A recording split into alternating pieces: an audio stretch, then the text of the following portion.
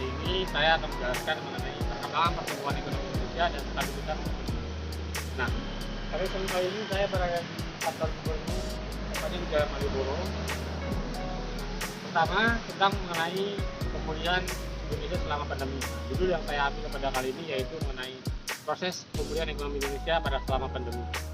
Pertama, tentang kemajuan pembangunan negara tercermin dari beberapa indikator. Salah satu karakter kunci kemajuan pembangunan nasional antara lain adalah pertumbuhan ekonomi dan juga pengangguran. Pertumbuhan ekonomi adalah pendapatan nasional antara lain yaitu melibatkan peningkatan lebih lanjut di negara ini atau peningkatan produksi pada saat tertentu. Pertumbuhan ekonomi itu sendiri merupakan pertumbuhan yang menyangkut mengenai pertumbuhan industri, kemudian meningkatnya kapasitas produksi produk, dan juga memberikan dukungan fisik seperti tempat waktu adanya peningkatan suatu pemulihan ekonomi sendiri. Kemudian kondisi di negara kita saat ini seperti Indonesia ini, pertumbuhan ekonomi yang dicapai juga diiringi dengan meningkatnya jumlah penduduk Indonesia. Jumlah penduduk Indonesia sendiri masih banyak yang menjadi pengangguran. Jika kita melihat berdasarkan data dari BPS, tingkat pengangguran terbuka di Indonesia sendiri pada tahun 2020 yaitu pada bulan Februari Indonesia tercatat sebesar 0,5% pada awal tahun 2020. Kemudian pertumbuhan ekonomi dunia mengalami penurunan termasuk Indonesia. Pada tersebut karena wabah melanda Indonesia yaitu terjadinya wabah coronavirus. Kemudian jika kita melihat mengenai perkembangan pertumbuhan ekonomi di Indonesia, pertumbuhan ekonomi merupakan proses kenaikan jumlah produksi suatu perekonomian atau perubahan kondisi perekonomian suatu negara secara berkesinambungan yang diwujudkan dalam bentuk kenaikan pendapatan nasional selama periode tertentu. Adapun menurut Sekunder, dalam tulisannya disebutkan bahwa pertumbuhan ekonomi adalah pendapatan output dan pendapatan nasional yang disebabkan oleh perkembangan alami dan tingkat pertumbuhan penduduk dan tingkat tabungan.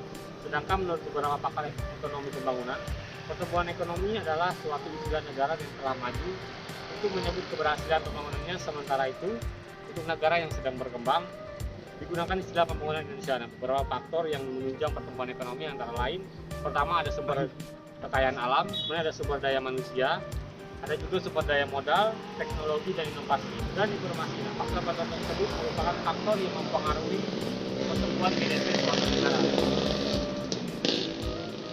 Mengutip dari Bank Indonesia, berdata Moneter Internasional atau IMF, nilai Indonesia berhasil menjaga stabilitas ekonomi dan sektor keuangan di tengah pandemi saat ini.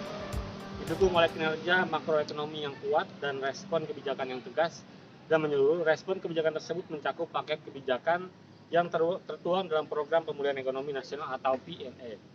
Kebijakan moneter yang akomodatif dan upaya sektor keuangan untuk mendorong proyek tersebut. Mengutip dari Gubernur Bank Indonesia yaitu Bapak Peri Wijoyo, menekankan pentingnya agenda prioritas finansial tracking atau presidensial G20 yang dapat berperan dalam upaya mengatasi fenomena yang dimaksud tersebut.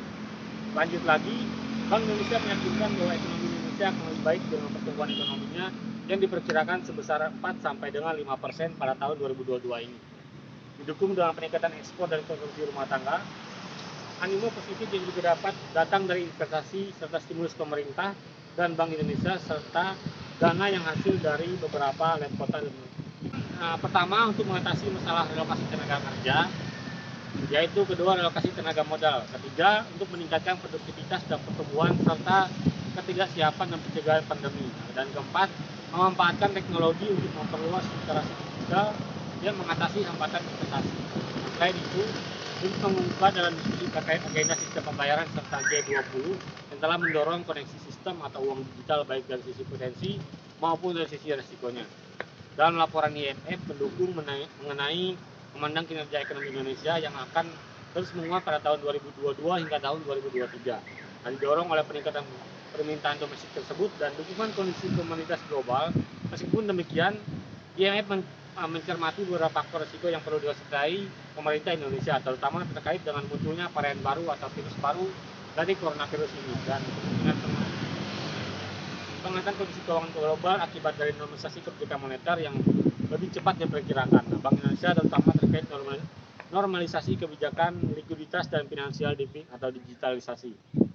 Kemudian membahas mengenai pertumbuhan ekonomi Indonesia pada triwulan 2 pada tahun 2019 diperkirakan melandai akibat kinerja ekspor yang turun sejalan dengan kondisi eksternal yang melambat diliputi dengan ketidakpastian.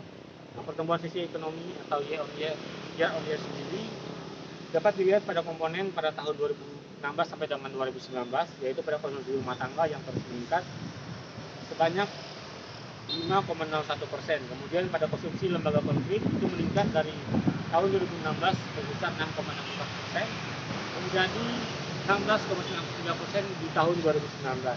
Pada bagian ketiga yaitu kita bahas mengenai stabilitas ekonomi di tengah Indonesia.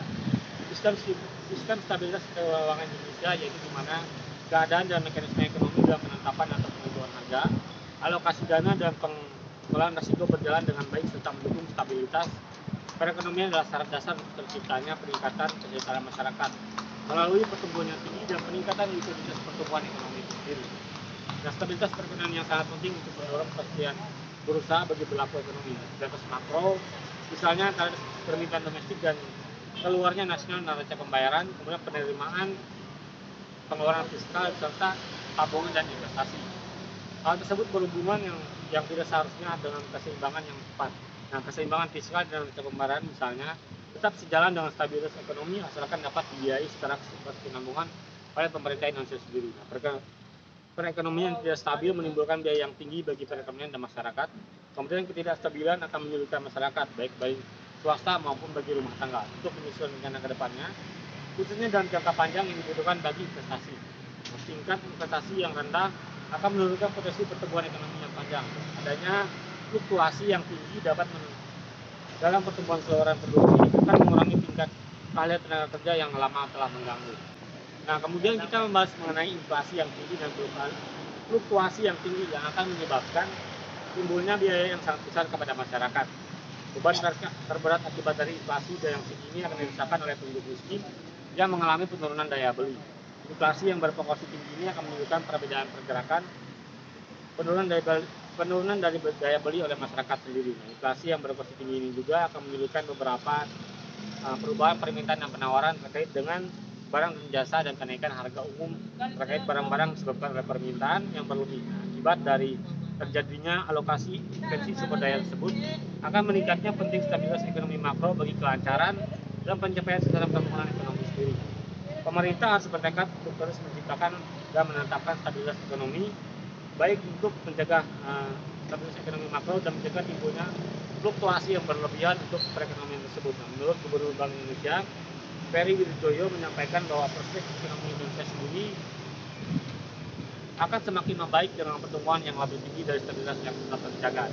Pertumbuhan ekonomi pada tahun 2019 diperkirakan akan meningkat hingga mencapai kisaran antara 5 sampai dengan 5,4%. Nah, inflasi yang terjadi pada tahun tersebut akan tetap terkendali pada kisaran 3 sampai 4%. Nah, maka dari itu perkembangan ekonomi Indonesia mengalami penurunan sejak adanya pandemi Covid yang melanda hampir seluruh dunia. Nah, tidak dapat dipungkiri berbagai macam sektor mengalami dampak dari pandemi ini. Pertumbuhan ekonomi Indonesia pada dasarnya mulai berangsur membaik dengan adanya kebijakan yang dilakukan oleh pemerintah Indonesia. Bank Indonesia meyakini bahwa perekonomian Indonesia akan lebih baik pada pertumbuhan ekonomi yang diperkirakan sebesar 4,7 sampai dengan 5,5%. Pada tahun 2022 didukung dengan peningkatan ekspor dan konsumsi rumah tangga. Kemudian perkembangan stabilitas ekonomi Indonesia mengalami kemajuan dan pada tahun 2004 nanti diperkirakan akan lebih tinggi lagi, yaitu mencapai sebesar 5 sampai dengan 6%, dan defisit transaksi yang berjalan akan menurun di bawah 2,% dari PDB. Nah, pada pertemuan tahun yang diselenggarakan oleh Bank Indonesia yang dibahas untuk mengenai perkembangan ekonomi, pertemuan tersebut dihadiri oleh Bapak Presiden Joko Widodo, di mana dalam kesempatan tersebut Presiden ini menyampaikan aspirasi kepada langkah Bank Indonesia untuk menjaga stabilitas ekonomi tersebut.